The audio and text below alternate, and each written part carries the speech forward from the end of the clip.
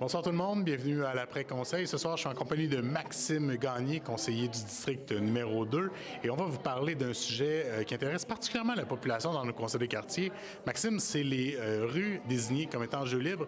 Qu'est-ce qu'une rue étant désignée jeu libre?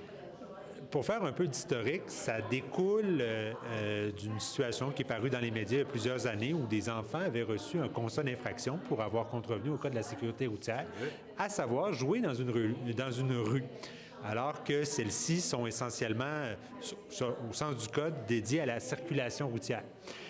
Et par protestation, ensuite à des protestations, l'Assemblée nationale a permis que des villes désignent des rues jeux libres.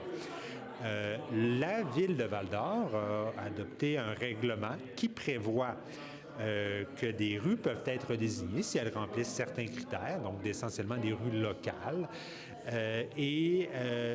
Pour ce faire, d'abord, une demande doit venir du conseil de quartier. Une fois que la demande est acceptée par le conseil de quartier, elle est soumise au comité consultatif de circulation qui statue sur la recevabilité de la proposition. Et le cas échéant, les citoyens qui en ont fait la demande doivent collecter les signatures de 50% plus 1 des résidents du secteur de rue qui est visé par la demande. Et si les demandeurs obtiennent ce 50% plus 1, le conseil municipal désigne une partie de la rue ou totalité de la rue comme étant rue jeux libre.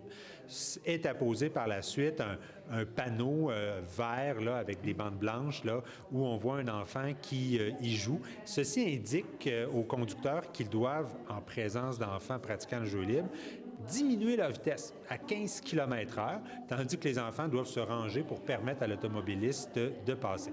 Donc, c'est ça une rue jeu libre. Ça sert essentiellement à dépénaliser le rue jeu libre, le permettre dans un deuxième temps et prévoir des règles pour que ça se fasse en sécurité.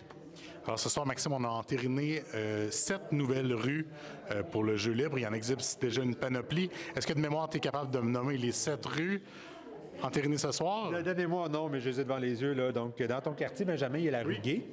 Dans le quartier à Martin, dans la section... il y a 2 secteurs dans le quartier à Martin, Sullivan et Jacola. Donc, dans le secteur Jacola, il y a la rue Pinard.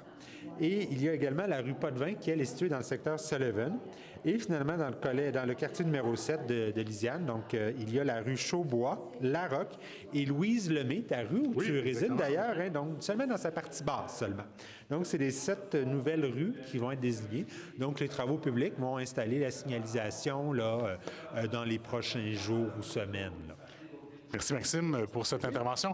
On invite bien entendu la population à la prudence dans toutes les rues, jeux libres ou non. Là, la circulation, c'est toujours un enjeu. Et on vous souhaite une belle fin de soirée. Merci à tout le monde.